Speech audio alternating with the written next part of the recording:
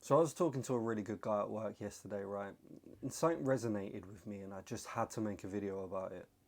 It was about something I said in one of my other videos. It was about how primarily a car is to get from A to B, right? And I said that you could either have a crap car to get you from A to B but still be reliable, or you could pay £350 a month to have this brand spanking new one that you think's going to impress people. But when it really comes down to it, it's impressing no one. No one cares more about your life than you. I've talked about the spotlight syndrome before and how it affects all of us. How we think that we're the main people in our story and everyone else is extras. To a point, it is right. But at the same time, everyone's doing this. Instead, they're all just trying to get by and live. No one cares about this new car that you have. So we got talking about houses, how if you had a roof over your head, say you're a single guy and you had a 1-bedroom apartment, yeah? The rent was nice, you could get by, you could do everything that you wanted to, right? Why is it that we always want more? Because if you think about a guy in a 1-bedroom flat, he's not going to want to be living in that for a long time. He's going to want to move to a 2-bedroom or a 3-bedroom house. Now what actually changes? Nothing changes but the added stress. You have to pay more money for more things monthly. Just to say that you're in a bigger house, when that 1-bedroom flat that you were in was perfect for you. How about think of it this way, right? You dream of money being this top guy, all these hot girls that are around you and they want you. Sounds like a dream to any guy. But there are guys out there that literally hate their lives. And why is that? Well, it's because you set a base level every time you move up. You get comfortable with that life. You make £2 grand a month, then you turn it to 10 grand a month. Nothing really changes if your spending habits stay the same. The person that pays $350 a month for a car now suddenly pays £3 grand for a car a month. Your rent or mortgage gets bigger on your house. Sooner or later, you'll start getting bored of that and you'll want to progress even more. Now we come on to the girls. You have 3 to 5 girls around you, stunning models, absolutely stunning. And at some point, that's going to get really boring because you already reached the peak that you can go. You've already got the best looking girls. There's no higher than that. So them absolute sexy ladies become your normal. They're basic to you now. And you could have the hottest girl on the planet. But at some point you're going to be tired of her shit, man. Because it's just the way we are. We always complain about where we are. We try to better ourselves. Get into better situations in life. And then moan again and wonder why. Because we're not conditioned to live the simple life. We were made to live a simple life. But we've been conditioned to buy, impress everyone, your ego running wild. Have the biggest house, have the best cars, get the best women, have all the money. It doesn't mean that them people are happy at all. It is well and truly known that the most richest, successful people on this planet have killed themselves because they were so miserable in life. So lonely, not knowing who to trust. You know, in a recent video I said, look around your room, look at things that you can get rid of, that you don't really need. It's just greed and ego that had made you buy them. I had an 86-inch TV. And I loved that because I absolutely love watching films. But one, it was taking up too much room. I moved quite a bit, so I had to get it in and out of a house. And that was an absolute mission in itself. I decided to say, I don't need this to watch films. Films are actually stopping me achieving what I'm supposed to be doing. I need to do something first and then watch a film. So I got rid of it. I sold it. It helped me in 2 ways. It lightened my load of the things that I own, and it was a big relief off my shoulders. And it stopped me from watching countless TV. Also saying that with the iPhones, I'd always get the Pro Max every single time. But I realised you don't need a new phone every year. You don't need this big old phone. So now I've just got the standard 13. My phone is now my phone.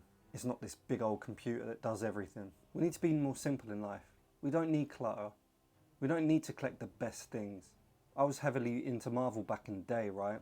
I liked the films. That was enough. I didn't have to buy all the figures, all the Legends sets. I didn't need to consume myself in the whole world of Marvel. So I sold them all. I made profit, yeah, but I shouldn't have bought them in the first place. It was a waste of money. Imagine watching Iron Man.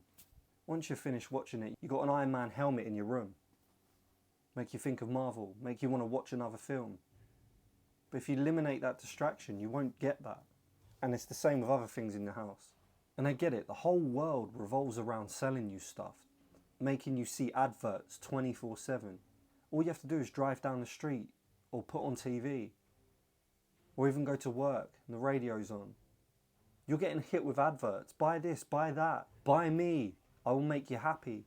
Buy me. You'll impress people. Makes your ego feel happy and excited. But we need to come away from that. We need to make our ego feel happy when we're learning, when we're getting better in here and in here, rather than existential things that are in our house. A simple man is a happy man. This is why we have to make our bed, keep our rooms clean, keep our houses clean. Tidy sight, tidy mind. If there's rubbish in your room or rubbish in your house or your car's filthy, you're going to feel filthy, you're going to feel dirty subliminally. As soon as you get in them, you need a clear headspace. I often have this really deep desire, right? I'm in a foreign country. I don't know where I am, but I can tell you the scene perfect. Floor is white tiles, the shiny white tiles, right? The bed is a 4-poster bed, silk sheets. It's lovely. Everything's quite white. There's hardly any distraction in this room. There's big old curtains. I wake up, stretch my arms, go to the window, pull them sheets across, put my hands over the balcony, look out into the view and be like, fuck, this is amazing. How thankful I am for this opportunity to be here, to get to wake up to this every day. I want that so much more than a Tesla Cybertruck or a friggin' Lambo or the big ass mansion, you know? I just want that simple life. Simplicity is the key to get out of it. When you go to buy something, be like, is this my ego talking or is this what I truly want? Why am I getting this thing? What makes me attractive to buying this? Why am I here? In the past, I used to be very impulsive and buy stuff straight off the bat. You know, I'd see the new iPhones out, I'd buy it straight away, not even thinking. AirPod Pros, oh, they're amazing, grab them.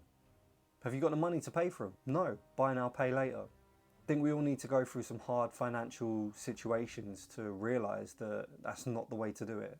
I'll argue now that AirPods are essential and a good phone if you're looking to make a business out of it. But if you want it just for a phone, go for the most basic model. You don't need anything else because everything else is a distraction. As well as that, be comfortable with what you've got, okay? Greed will take you down a long and narrow path to disappointment, to more disappointment, to more disappointment. It's like this. You buy something online